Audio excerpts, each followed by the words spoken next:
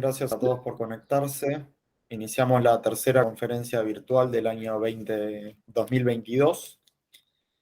La apertura de esta jornada está a cargo de la presidenta del foro, la doctora Norma Cadopi Frigerio, médica oncóloga y magíster en finanzas en energías renovables y cambio climático de la Universidad Europea de la Empresa.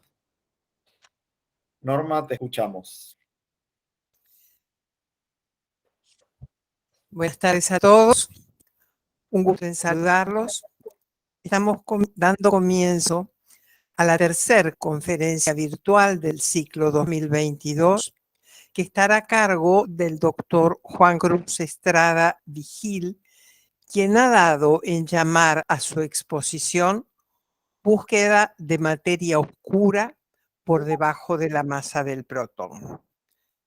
Le agradecemos muy especialmente que se haga presente hoy desde sus oficinas del Laboratorio Fermi en Illinois, Estados Unidos de América. Y permítanme vincular el nombre del laboratorio con el de un físico italiano naturalizado estadounidense, Enrico Fermi, quien nació en Roma en 1901, falleció en Chicago, Illinois, en 1954 y se lo conocía como el arquitecto de la era nuclear, porque fue él el que desarrolló el primer reactor nuclear. Los temas que seguramente abordará el doctor Estrada Vigil forman parte del enorme desafío para el que el avance del conocimiento y su aplicación material se traduzcan en una elevación del nivel cultural y social del género humano. Y estos desafíos, ante todo de naturaleza política, conciernen a las decisiones fundamentales que las naciones deben tomar para incorporarse a la corriente del desarrollo, hoy afincada principalmente en los países industrializados. Dado el estrecho vínculo entre ciencia, economía y desarrollo nacional, quiero traer a la memoria lo dicho por uno de los más grandes economistas del siglo pasado, John Kenneth Galbraith, quien decía que en la antigüedad lo que diferenciaba a un rico de un pobre era el dinero que poseía. Hoy la diferencia está en el tipo de educación, por lo que la humanidad está dividida en un primer mundo, que es el que investiga, crea, produce, educa, y el tercer mundo, que es el que se beneficia de lo que realizan los del primero. Por eso decimos que el tercer mundo comparte el analfabetismo científico, que es triplemente grave, porque no tiene ciencia, porque no se da cuenta de que no la tiene y porque en el caso de tenerla no sabría qué hacer con ella. El pensamiento de Albert Camus respalda estas referencias. Decía el escritor francés que el siglo XVII fue el siglo de las matemáticas, el XVIII el de las ciencias físicas, el XIX de la biología, el siglo XX el siglo del miedo.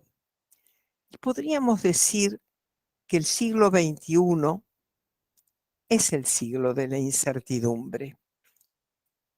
Paradójicamente viven hoy y están trabajando productivamente más sabios, científicos y tecnólogos que cuanto haya existido durante toda la historia de la humanidad desde sus orígenes.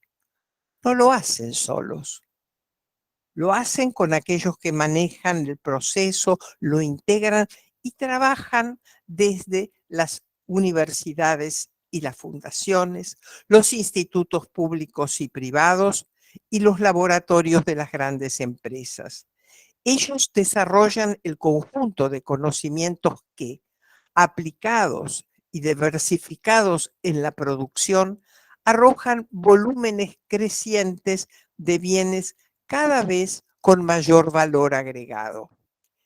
Esta articulación entre el esfuerzo estatal y la actividad empresaria, que tiene como rasgo distintivo que se ha corporizado en los países desarrollados, y en el caso de América, los Estados Unidos constituyen el caso más significativo.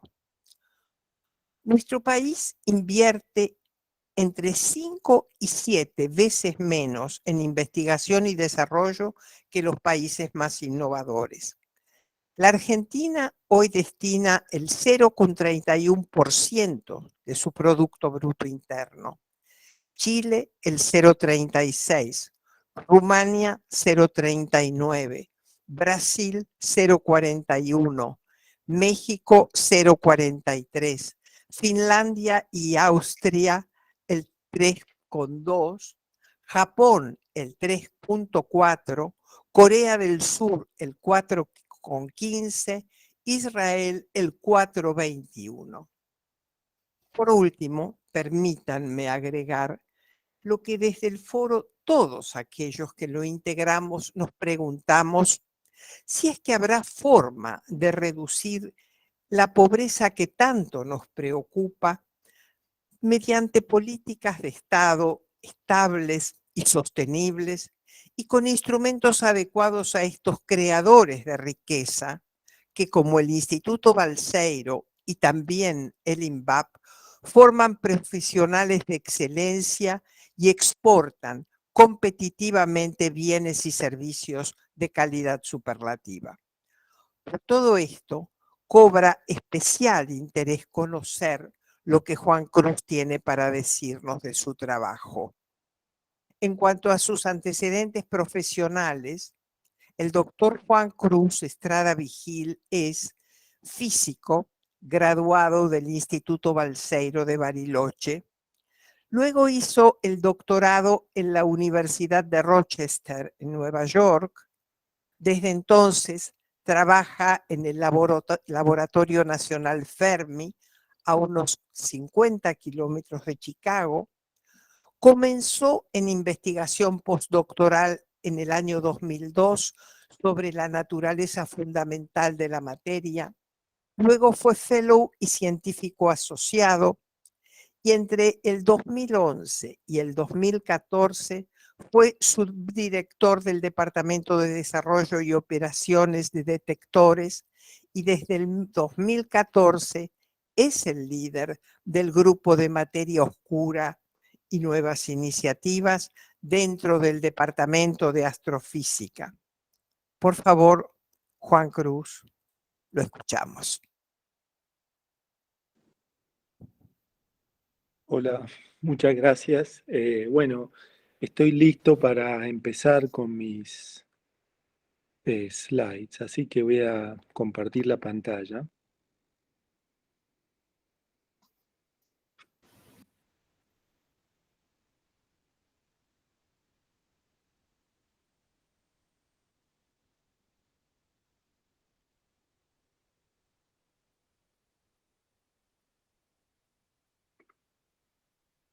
¿Pueden ver mis...? Sí, lo vemos perfecto. Bueno, bárbaro. Sí, muchas gracias por la invitación, y les voy a contar cómo estamos buscando materia oscura por debajo de la masa del protón. Espero que durante la charla pueda aclarar un poco lo que significa el título. Bueno, lo primero que voy a tratar de hacer es convencerlos de que tenemos suficiente evidencia para pensar que el 85% de la materia en el universo es en una forma que llamamos materia oscura y que corresponde a una partícula que no conocemos. Entonces, le voy a tratar de contar un poco de dónde viene la evidencia, ¿no? Primero, si consideran una galaxia como nuestra galaxia en este dibujo, y miran estos brazos que corresponden a las galaxias y la ubicación del Sol en la galaxia, y muestran la rotación de estas galaxias, ¿no? Entonces hay una situación de equilibrio entre la fuerza de gravedad de cualquier estrella, como el Sol, hacia el centro de la galaxia, y la fuerza centrífuga que trata de empujar los objetos hacia afuera, ¿no? de este eje de rotación. Es un poco como en los parques de diversiones, estos juegos que giran y que nos empujan hacia afuera del centro de rotación. Y en este caso, lo que tenemos es un balance eh, entre la fuerza de gravedad, que depende de cuánta materia hay en la galaxia, y la fuerza centrífuga. En estas galaxias, entonces uno puede, a partir de medir la velocidad de rotación y el movimiento de la galaxia, puede calcular cuál es la fuerza total de gravedad que está empujando la galaxia hacia adentro. Eh, y, eh, y esas mediciones permiten estimar la masa total de una galaxia. Entonces, en 1980 se publicaron estas mediciones de Vera Rubin de la velocidad de rotación de las galaxias, ¿no? Y estas curvas lo que muestran es la velocidad de rotación de los objetos como función de la distancia al centro de la galaxia. ¿Está bien? Entonces, por ejemplo, si tomo esta de abajo como un ejemplo, veo que la velocidad de rotación es bastante plana eh, para objetos que están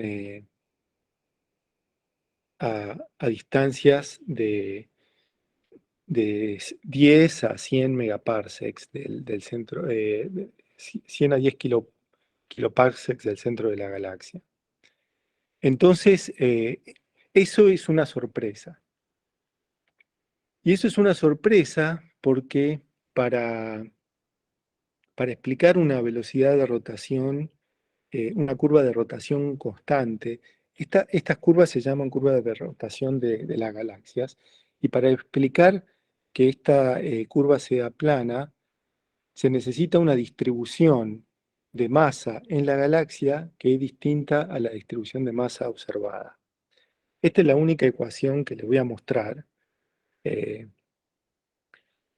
Para los que conocen esta fórmula, pero para el resto, el punto que quiero hacer es que a partir de las observaciones de luz en la galaxia, se predice una curva de rotación que es como esta línea azul. Y en realidad las mediciones de Vera Rubin, que les mostré de 1980, dan una curva que es como esta curva roja. Entonces hay una diferencia grande entre lo que se espera de la dinámica de estas galaxias comparado con lo que se mide. Acá hay un poco más de detalle de eso, ¿no? Entonces esta es una galaxia, y a medida que uno se aleja del centro de la galaxia, basado en la cantidad de materia luminosa que se ve, uno espera esta curva punteada blanca de rotación de la galaxia. Sin embargo, cuando se hacen las mediciones, lo que se ve es esta curva, son estos puntos amarillos y azules o celestes, que son bien distintos de lo esperado. Entonces hay un problema grande, que es que hay una fuerza de gravedad que es distinta a la que uno espera basado en las observaciones de luz en una galaxia. Una forma de solucionar este problema es agregar materia en esta galaxia para compensar por esta gravedad que falta, que proporciona la velocidad de rotación que estamos observando. A esa materia le llamamos materia oscura porque no se ve en las observaciones de luz. Entonces, bueno, ese es un punto bien importante, así que voy a volver a insistir sobre esto, ¿no? Tenemos observaciones de la cantidad de luz de la galaxia, que se ven como en esta foto. Basado en estas observaciones, podemos predecir la velocidad de rotación de los objetos en esta galaxia como función de la distancia al centro de la galaxia. Esa predicción es esta curva punteada. Las observaciones son bien distintas. Eso significa que hay una materia que no vemos que hace que la galaxia esté rotando más rápido de lo que se predice solamente con la luz. A eso le llamamos materia oscura. En realidad, esas mediciones de 1980 fueron las que convencieron a la mayoría de la gente de que existe esta materia oscura y que es necesaria para explicar la rotación de las galaxias, pero mucho antes, en 1930, ya habían algunas observaciones de cúmulos de galaxias que indicaban que que había más materia que la que se observaba y y en realidad el nombre materia oscura viene de Zwicky cerca de 1930, en este texto, ¿no? Donde, basado en las observaciones de cúmulo de galaxia, eh, estima que hay una densidad mucho mayor de materia oscura que de materia clara, ¿no? Hoy en día tenemos muchas otras formas de ver los efectos gravitacionales de la materia oscura. Uno es el efecto de la luz pasando por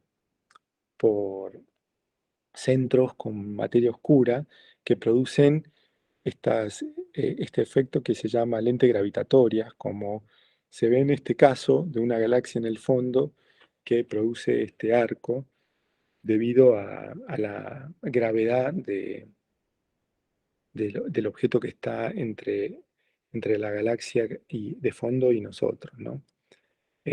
Con eso se puede estimar eh, la masa que hay entre nosotros y las galaxias de fondo y esa estimación es una estimación de la gravedad total y por lo tanto incluye a la materia oscura. En ese sentido, eh, hace un año, el experimento Dark Energy Survey, que es una cámara eh, funcionando en un telescopio de 4 metros en Chile, que construimos acá en Fermilab, publicó un mapa de la materia oscura en una región grande del cielo, ¿no? Esto es el plano galáctico y acá se ve eh, este, este mapa rojo, negro y amarillo, muestra la distribución de materia oscura hacia el fondo, hacia la galaxia de fondo, observadas en el cielo, ¿no? O sea que hoy,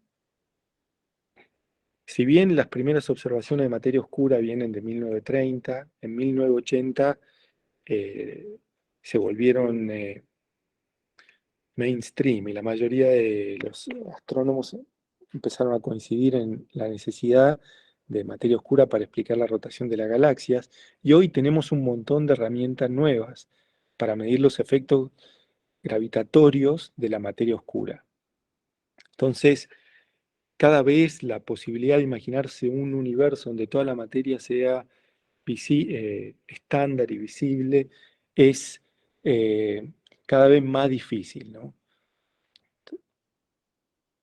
Lo que nosotros entendemos hoy de la distribución de materia en el universo es que aproximadamente el 85% es materia oscura, basado en estos efectos de lentes gravitacionales, de rotación de galaxias y de cúmulo de galaxias que le venía contando antes. Entonces tenemos un problema enorme, ¿no? El problema de encontrar la naturaleza, de entender la naturaleza de este 85% de materia que actúa con una gravedad normal y que podemos medir, pero que no podemos identificar como partícula todavía. Bueno, ese es lo primero que les quería contar, ¿no? Que el problema que estamos tratando de resolver es identificar la naturaleza de este 85% de la materia del universo. Entonces, uno podría tratar de pensar cuáles son las partículas que conocemos. Para la mayoría entendemos lo que son los átomos, que están formados por electrones y un núcleo.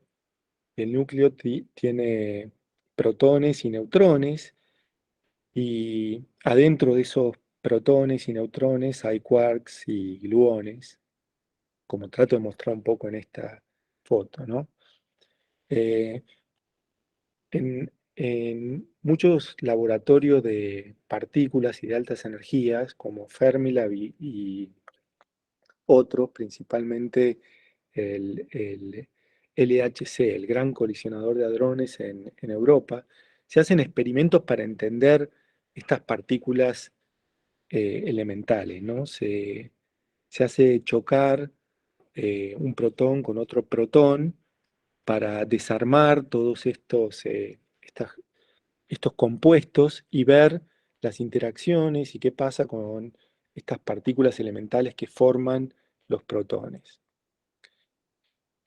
Durante muchos años se han hecho estos experimentos con protones, con antiprotones, con electrones, en Fermilab, en CERN, en otro laboratorio, para identificar eh, las partículas fundamentales en nuestro universo.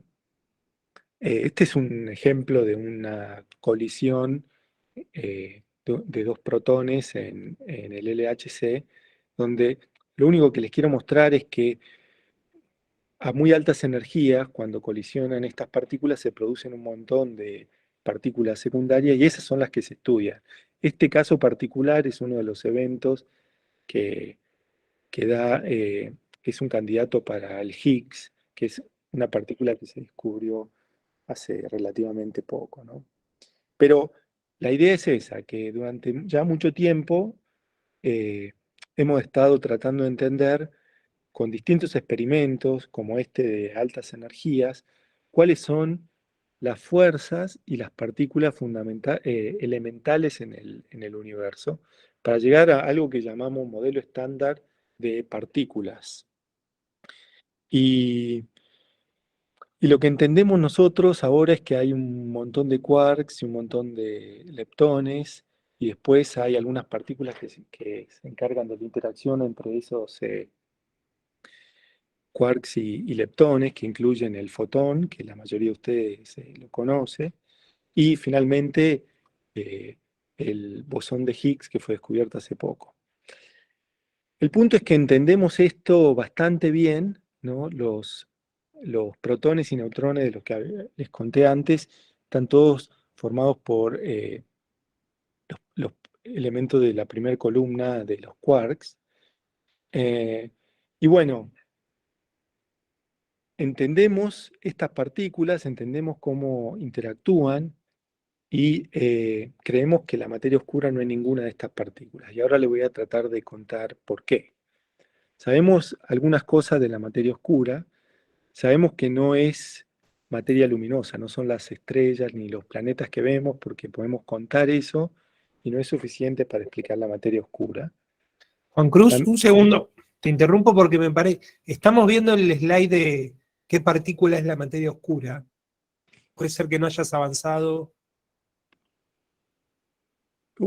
Sí. A ver.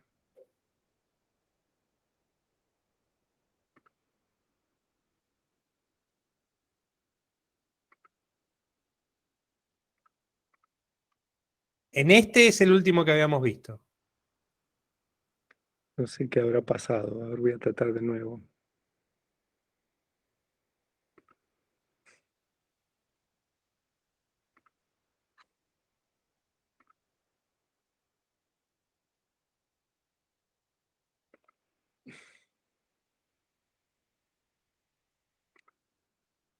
¿Avanzan ahora mis slides o no? Sí, ahora sí.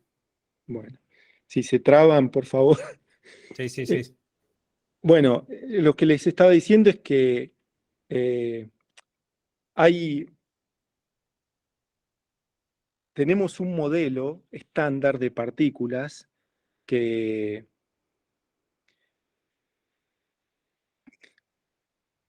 que hemos estudiado durante muchos años, que nos permiten explicar los protones, los neutrones, un montón de interacciones que vemos, que finalmente hace como 10 años se descubrió el bosón de Higgs y también fue observado, pero ninguna de estas partículas parece ser la materia oscura. Y les voy a tratar de explicar por qué.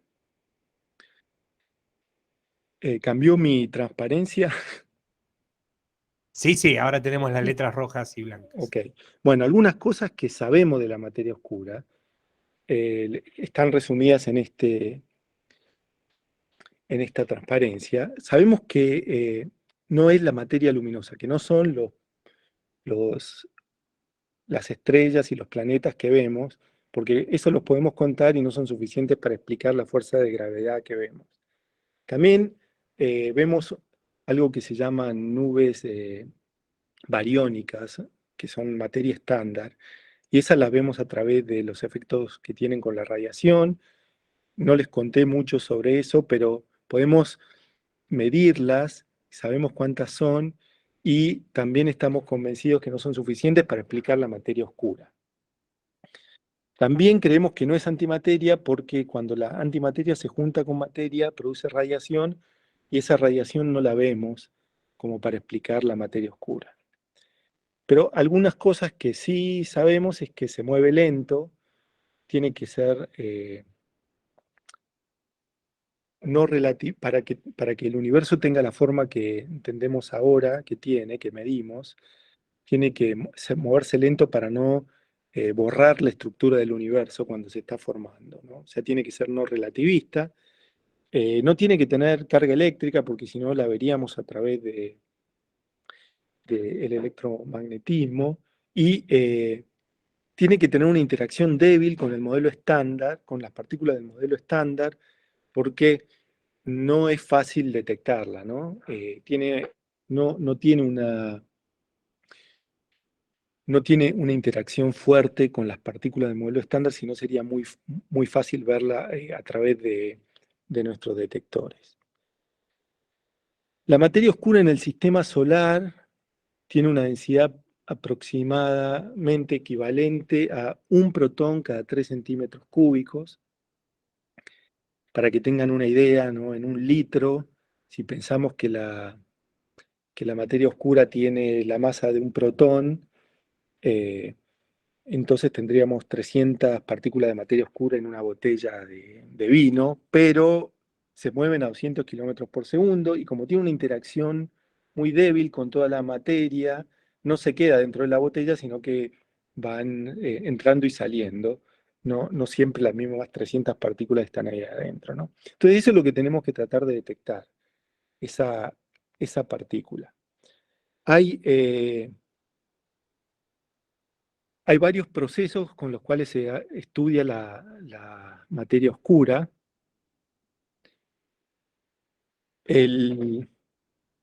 Si uno se imagina que existe un universo de materia estándar, ¿no? Donde dibujé estos protones, y uno de materia oscura, representado por esta partícula X, ¿no?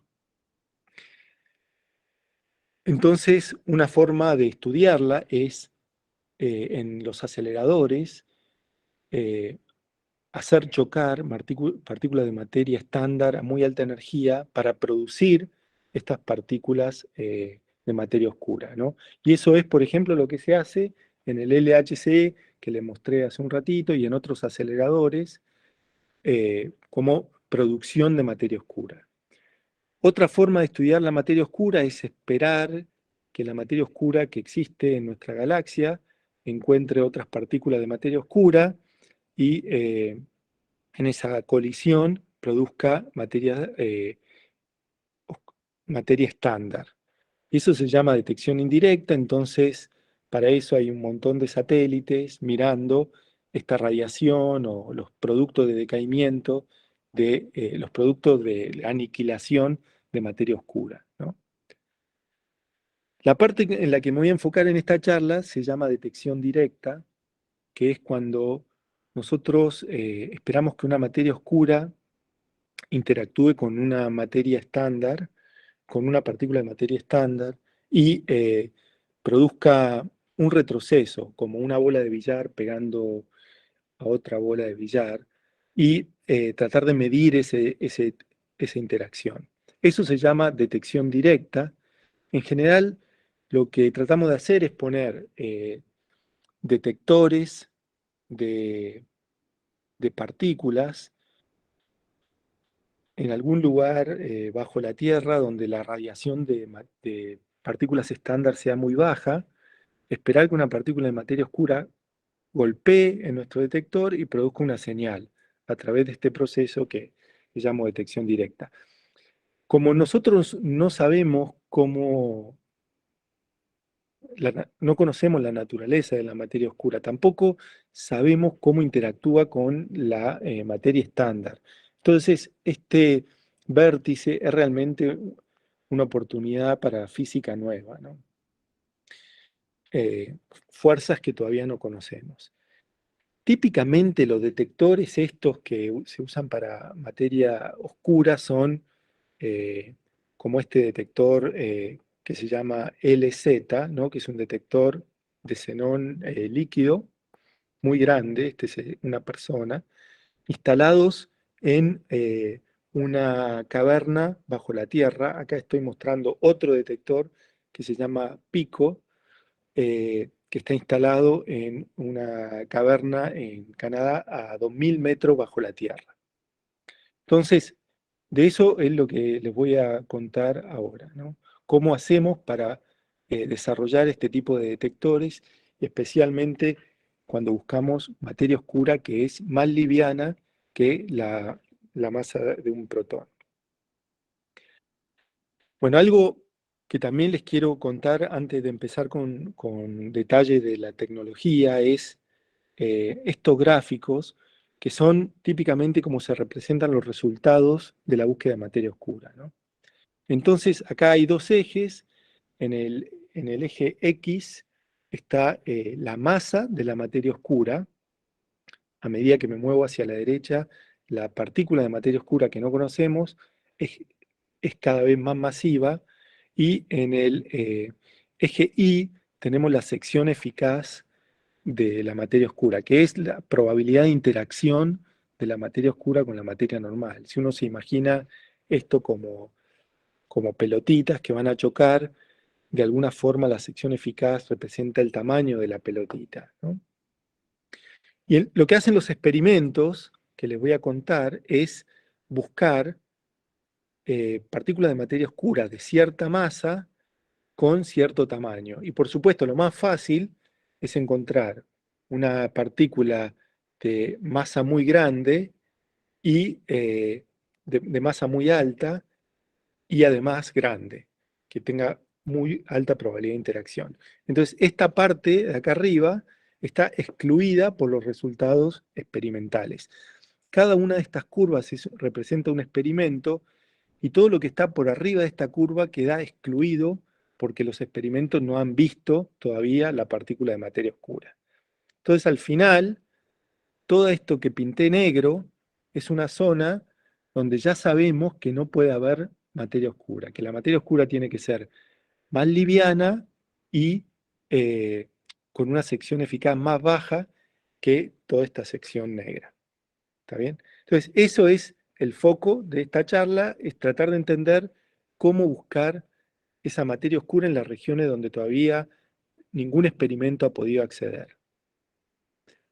Cuando les hablaba de la búsqueda de la materia oscura por debajo de la masa del protón, lo que me refería en el título de esta charla es buscar la materia oscura por abajo de un GeV, con una masa por abajo de un GeV, que es la masa del protón, que es en esta región de acá. Se hace muy difícil buscar la materia oscura en esa región porque al ser tan liviana, la señal que deja la materia oscura es muy pequeña, entonces se necesitan detectores de muy bajo ruido para ver una señal tan chica. Durante muchos años, por algo que no voy a discutir en detalle, la materia oscura preferida por la comunidad científica era materia oscura que pesaba como entre 50 y 100 veces la masa del protón, que era un candidato que se llama WIMP, que todavía se busca con mucha intensidad, pero ahora se ha expandido un poco más la región de interés, especialmente para buscar materia oscura liviana, que hasta ahora había sido dejada un poco sin tanta búsqueda, ¿no? Cuando un amigo de Salta vio el título de la charla, pensó que estábamos buscando la materia oscura por abajo del protón, pero no. Espero ahora haber aclarado lo que quería mostrarles. Bueno, entonces, ¿cómo se hace para buscar materia oscura liviana? Lo que yo les voy a contar es cómo se busca materia oscura con un dispositivo de carga acoplada que se llama CCD. Espero que estén viendo la slide de los CCD, ¿no? Sí, sí, sí, Está impecable. bien. Bueno, en este caso tenemos un pedazo de silicio y lo que esperamos es ver que una partícula de materia oscura golpee un núcleo de silicio, lo haga retroceder y al retroceder este núcleo de silicio, ver la ionización que se produce, colectar la carga de esa ionización en un píxel y medirla, ¿no?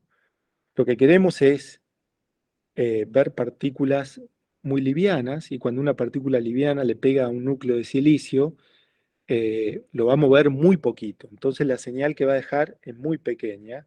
Entonces necesitamos un dispositivo electrónico que permita ver señales muy, muy chicas.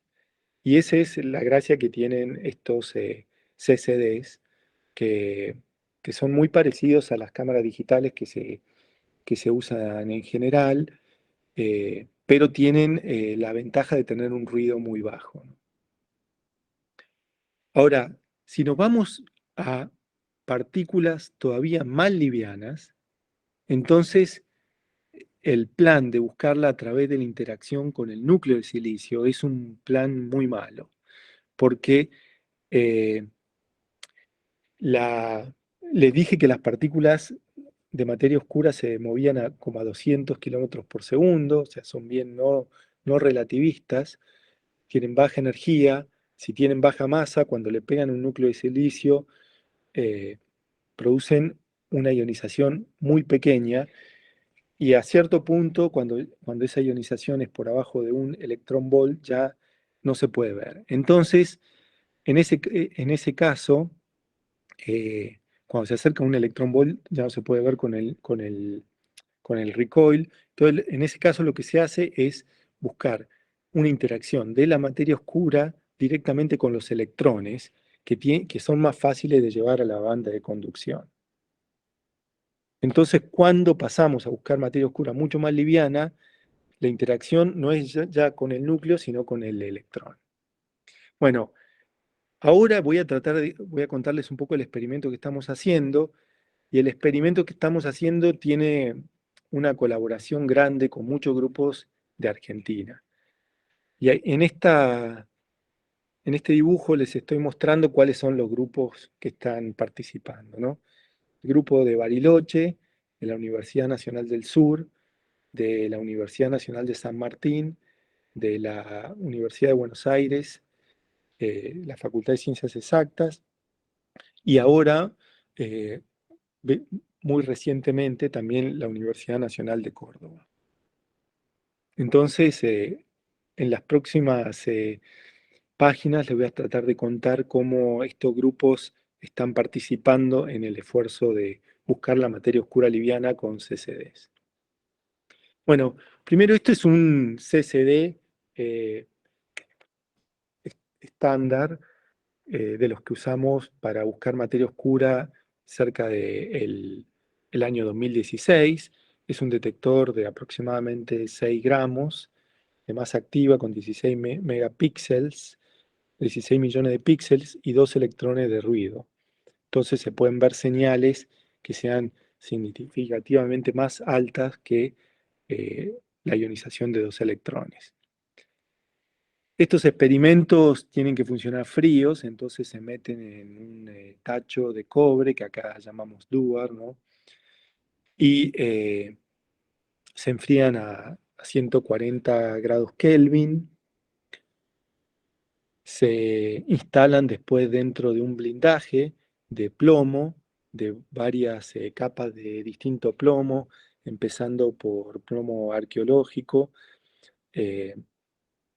y finalmente una capa de polietileno alrededor de todo el detector para frenar los neutrones.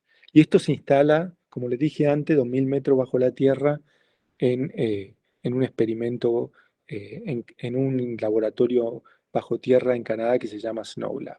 Este experimento se llama DAMIC y es el primer experimento buscando materia oscura con CCDs, ¿no? Este es un poco cómo se ve.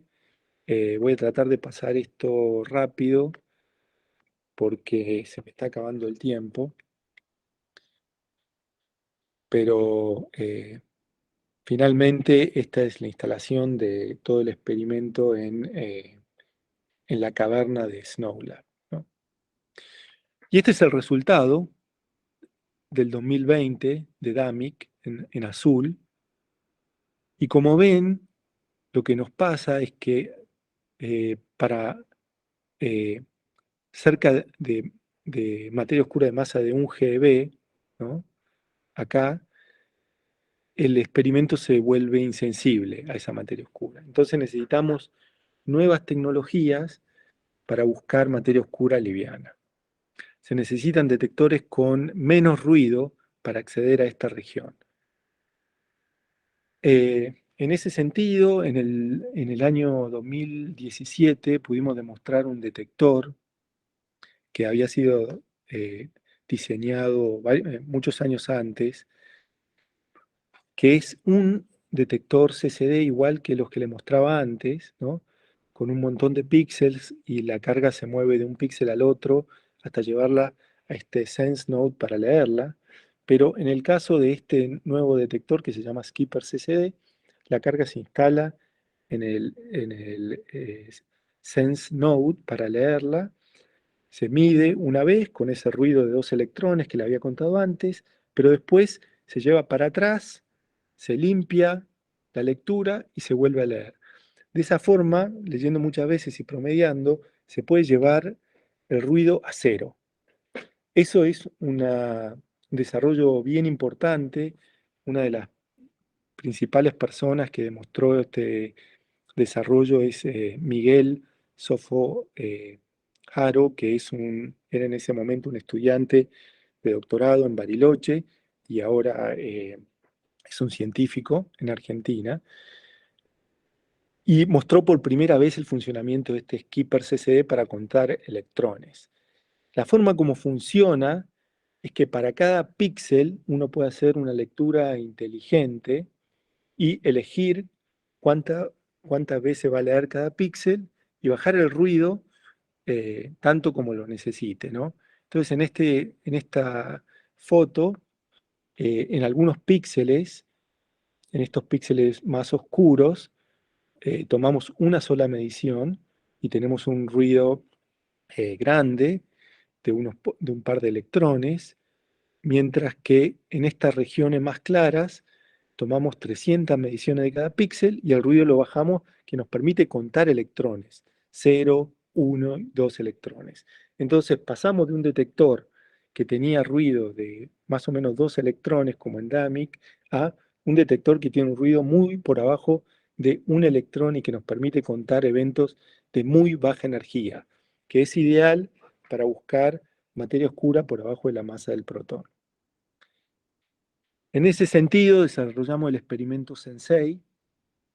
SENSEI empezó en el 2017 con esta demostración, ¿no? Que acá les puse la referencia de Tiefenberg, que es el autor principal, que es también un científico argentino trabajando en Fermilab.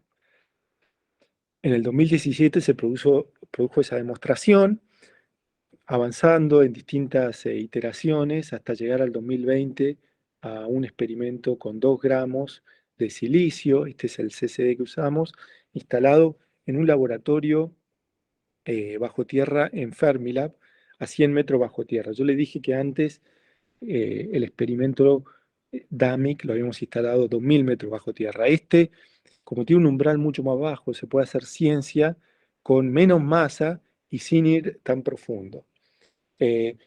Guillermo Fernández Moroni, que trabajó en Fermilab cuando era estudiante en Bahía Blanca y ahora es un científico en Fermilab, fue una de las personas claves para hacer funcionar este detector de 2 gramos y por eso recibió el premio Tollstrop acá en Fermilab en el 2019, ¿no? Pero lo importante, acá está el resultado de 2020, pero lo importante de este resultado es que es el mejor resultado del mundo para la búsqueda de materia oscura liviana. Entonces, estos son los mismos gráficos que le mostraba antes, donde acá está la masa de la materia oscura y esta es la sección eficaz. Y el resultado de Sensei en Minos es esta curva azul que le gana a todos los otros experimentos y si realmente esta tecnología que permite contar electrones, ¿no? Estos son los datos de Sensei. La mayoría de los píxeles tiene 0 electrones y algunos píxeles tienen 1 electrón y muy poquitos tienen 2. Este espectro es lo que permite establecer este límite y se vuelve realmente en la tecnología líder para buscar materia oscura liviana. Este resultado tuvo un impacto enorme en el mundo de materia oscura. Uno de los científicos jóvenes trabajando en este proyecto, Javier Tiefenberg, también argentino, que hizo su doctorado en la Universidad de Buenos Aires, recibió un premio muy importante que tuvo bastante repercusión también en los medios de Argentina por este resultado, ¿no? Pero en el mundo de materia oscura este resultado cambió lo que se puede hacer, porque muestra que con experimentos chicos y tecnologías nuevas se puede realmente producir estos resultados de materia oscura de baja masa de una forma que no se había logrado antes. Bueno, entonces, ¿qué estamos haciendo ahora? Tenemos el mejor resultado con Sensei en Minos. Ahora estamos agrandando el experimento, ¿no? Para llegar a secciones eficaces. Recuerden que este eje Y es la sección eficaz.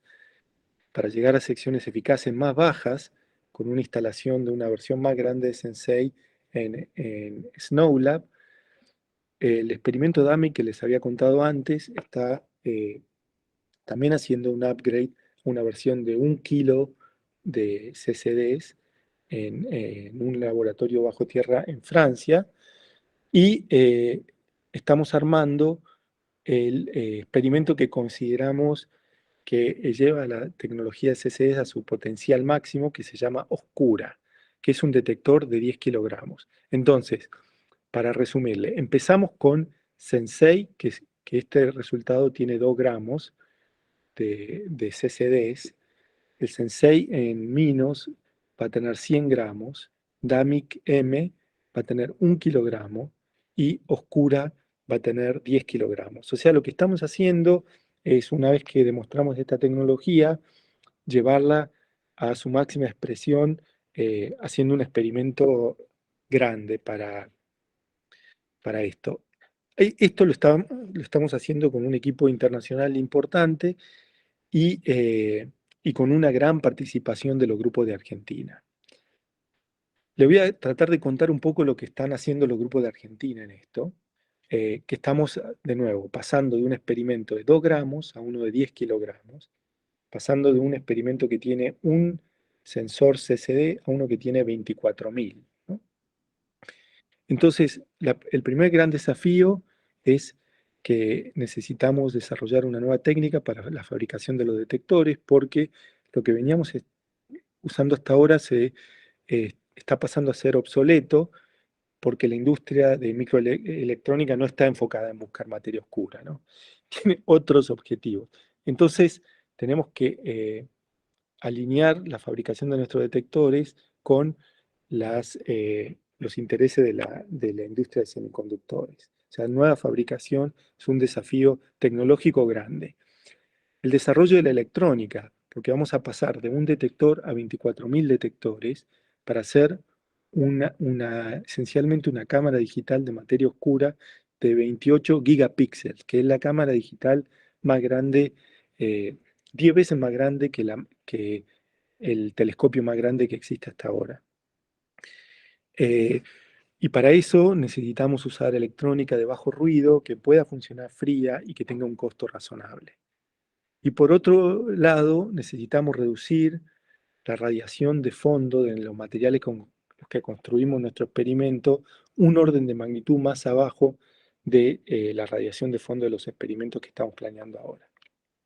Entonces ahora les voy a mostrar un poco cómo va esos desafíos en el desarrollo del próximo experimento. Diseñamos un nuevo sensor, el Skipper CCD, con un diseño del laboratorio Lawrence Berkeley en California, fabricados en 2021, y uno de los estudiantes de la Universidad de Buenos Aires, Santiago Pérez, está encargado junto con una estudiante de doctorado de México, Brenda, en caracterizar estos sensores para el experimento Oscura. Por ahora los resultados son muy buenos, estos son algunos de los tests que hicieron, pero el punto más importante es que pueden medir, contar electrones de a uno con estos sensores. O sea que de nuevo tenemos un sensor fabricado con tecnología más moderna que nos permite llegar a estos niveles muy bajos de señales. Por otro lado, estos sensores necesitamos armar un experimento con 24.000, entonces estamos fabricando circuitos de silicio que llamamos multi-chip modules. Y la doctora Ana Botti, graduada de UNSAM, y que ahora es una científica en Fermilab, está trabajando con nosotros en el Laboratorio Nacional de Argonne, vecino acá de Chicago, desarrollando estos circuitos en el centro de nanofabricación del laboratorio para desarrollar estos circuitos que el doctor Fernando Cherchier, que es un profesor de la Universidad Nacional del Sur y está de visita en Fermilab por un año, está desarrollando la electrónica para leer y testear estos circuitos. Aparte de eso, tenemos nuestros colaboradores de Bariloche, Fabricio, alcalde, diseñando circuitos integrados, ASICs, para la lectura de estos chips. Y el año pasado pudimos demostrar que esto funcionaba y ahora el plan es realmente usar los ASICs diseñados por Fabricio para el experimento Oscura. Por último, el diseño mecánico del experimento de 10 kilogramos, que termina siendo algo de aproximadamente 3,5 metros de altura, con 24.000 de estos detectores instalados en una cámara de nitrógeno líquido presurizada. Es un diseño de una empresa que tiene su sede en Argentina y en Estados Unidos, que se llama Ipsum Pacific, que está fundada por unos colegas míos del Instituto Balseiro. Les quería contar además que el mes que viene va a abrir un nuevo laboratorio en la Universidad de Buenos Aires enfocado en el uso de esta tecnología de bajo umbral. El laboratorio se llama Lambda. Acá les dejo la página, donde tenemos una colaboración muy cercana de equipos y de gente en la participación de estos experimentos, ¿no? O sea que al final realmente el, el esfuerzo de la búsqueda de materia oscura liviana con CCDs, que tuvo tanto éxito hasta ahora y que tiene un plan tan ambicioso, eh, tiene una participación muy, muy activa de los grupos de Argentina. Bueno, eso es todo lo que les quería contar. Creo que no se haya hecho demasiado largo. La búsqueda de materia oscura liviana está en una época muy interesante, con avance rápido, gracias al desarrollo de nuevas tecnologías. Los grupos argentinos que les conté tienen un rol muy importante en esta búsqueda y estén atentos a la noticia en los próximos años, donde esperamos haber encontrado la materia oscura. Gracias. Muchas gracias, Juan Cruz. Acá tengo algunas preguntas. Matías Echemendi hace dos preguntas en una. Dice una más de índole personal. ¿Cómo fue tu acercamiento a estos temas? ¿Qué fue lo que te motivó a centrar tus esfuerzos en estas investigaciones? Y también dice, para quienes nos interesan estos temas, pero no somos expertos, una duda que surge es si estas son investigaciones, digamos, teóricas, o si detrás de todo esto se está imaginando a futuro alguna aplicación concreta para el ser humano o la naturaleza.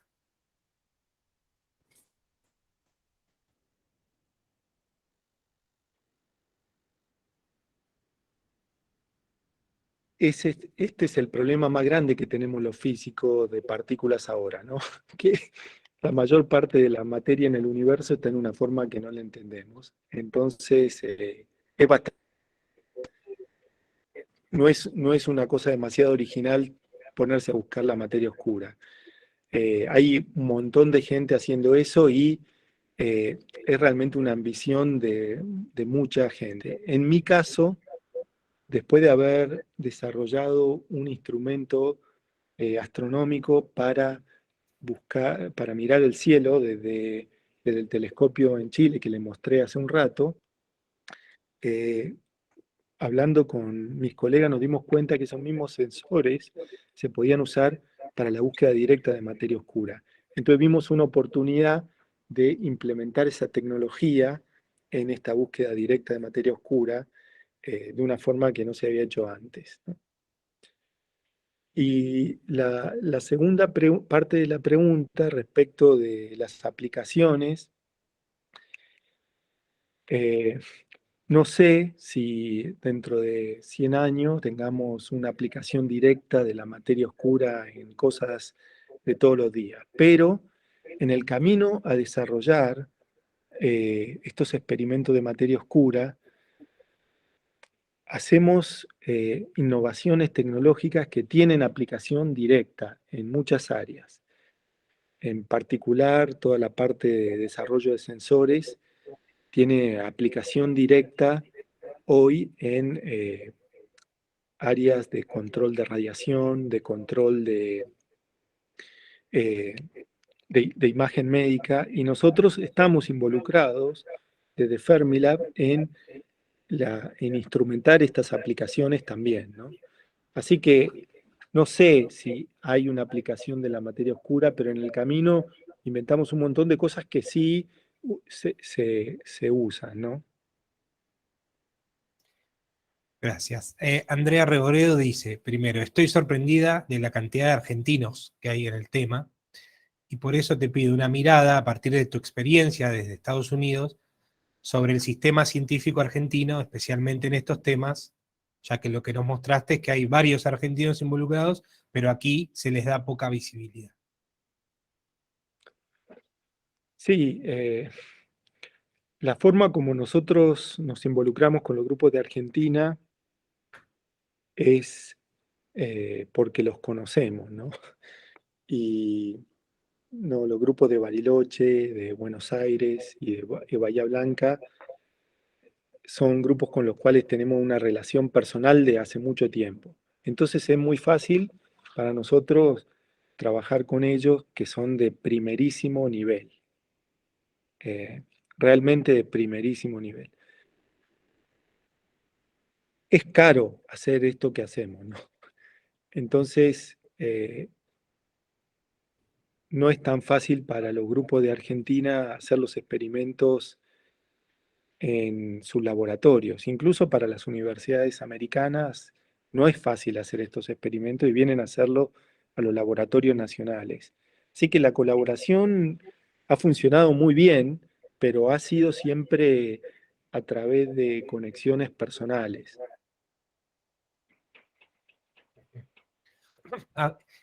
Antes de la última pregunta, la va a hacer Alfredo Caro, que dice que tiene que hacer una pregunta y por ahí la va a hacer directamente.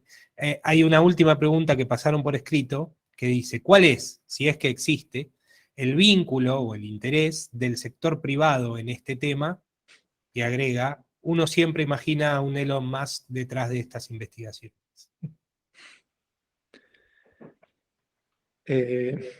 Bueno, es gracioso porque, por un lado, el experimento Sensei que les mostraba antes está financiado por el sector privado, pero por el interés de financiar ciencia, no porque, no porque quieran vender nada, sino que directamente con un grant del sector privado para hacer el experimento.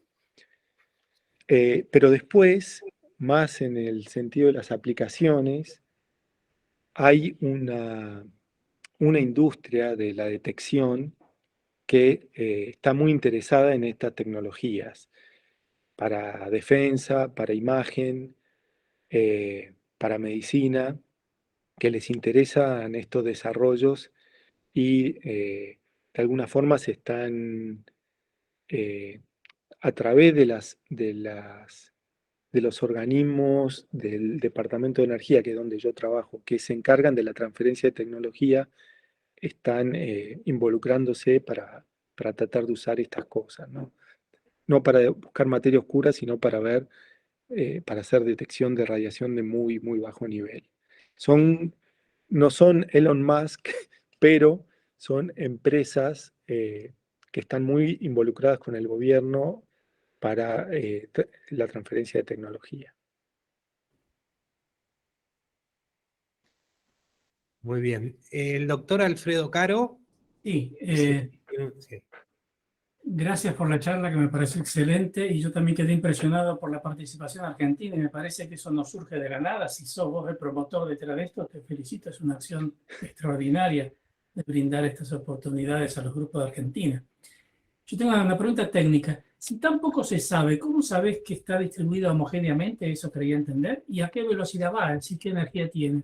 ¿Por qué no sería como la materia estándar, que está agrupada en galaxias, en planetas, en estrellas? Sí, la materia oscura está agrupada en galaxias, ¿no? Porque siente la interacción gravitatoria y en ese sentido se forman halos de galaxias, eh, igual que al principio del resto de la materia. El problema es que como no tiene interacción, no puede irradiar, no forma esos panqueques que conocemos nosotros en las galaxias. Entonces queda como una elipsoide alrededor de la galaxia, ¿no? La galaxia que nosotros vemos es un panqueque, hay que imaginarse una elipsoide gigante que envuelve eso, que es una nube de materia oscura, y simplemente porque no tiene las propiedades de irradiación de la materia oscura normal, no forma planetas como los conocemos nosotros. Ahora sigue siendo interesante buscar cúmulos muy concentrados de materia oscura que pueden producir, que pueden ser parte de la materia oscura total, y hay búsqueda de eso, de buscando lentes gravitatorias muy, muy pequeñas. Se trata de poner límites a la existencia de estos cúmulos de materia oscura. Por ahora no se han encontrado más que en las galaxias, pero es algo que sí, que podría ser una parte del total de la materia oscura. Imaginarse que hay pequeños aglomerados chiquitos de materia oscura en el espacio.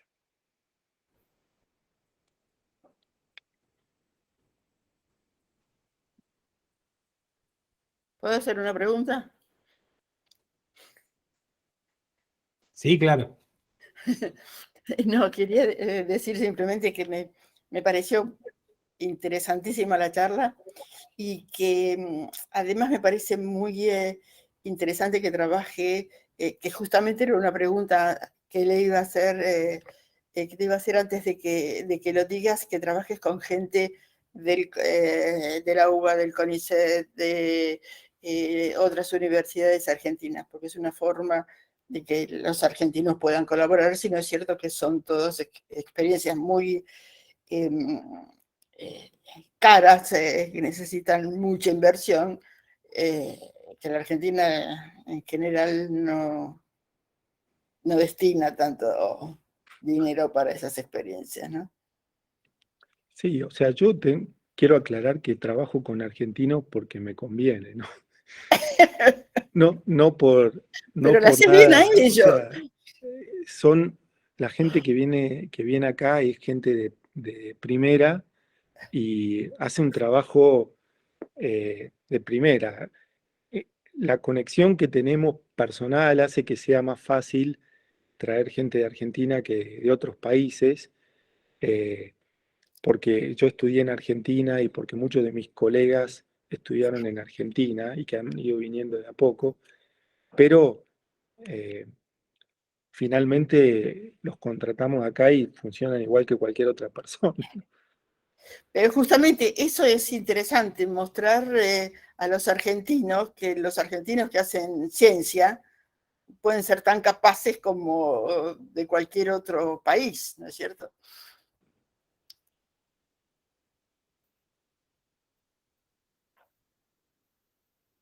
Muy interesante, realmente yo me dediqué a la física solar y de ese tema no sabía nada.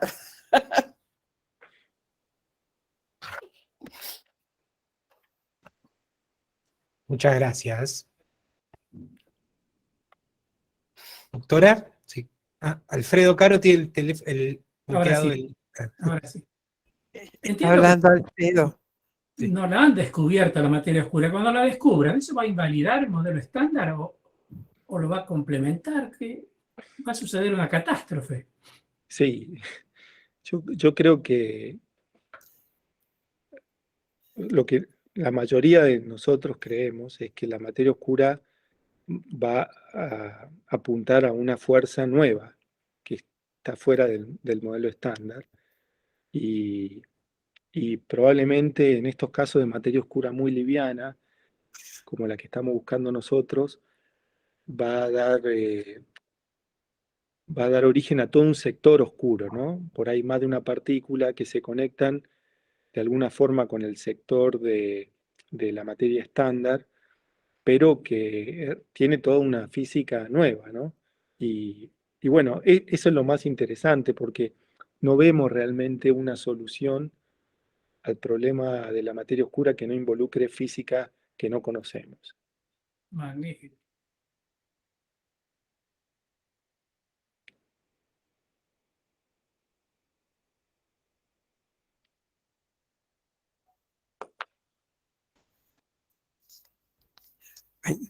Juan Cruz, quiero decirle que su exposición fue abrumadoramente formidable. Y lo más interesante es que ha puesto la mirada en los científicos argentinos y eso es una gran ayuda para un país que en este momento a nivel de ciencia está tratando de desprenderse del subdesarrollo. Así que, y creo que además los jóvenes científicos, al escucharlo, tienen que percibir que hay un futuro para la ciencia. Y eso es muy importante y por eso mismo le agradecemos todos esto. Quiero decir además lo que muchos saben, y es que esta conferencia fue grabada y dentro de 5 días más o menos va a ser compartida por WhatsApp a todos los inscritos y a los que no asistieron por determinadas razones. Así que vamos a tener la posibilidad de ver sus diapositivas, de volver a escucharlo y de entender a lo mejor algo que es necesario volver a atender. Así que agradecidos, esperamos contactarlo dentro de un año para que pueda ponernos al día con los adelantos producidos. Muchas gracias. Buen año. Muchas gracias. Chao.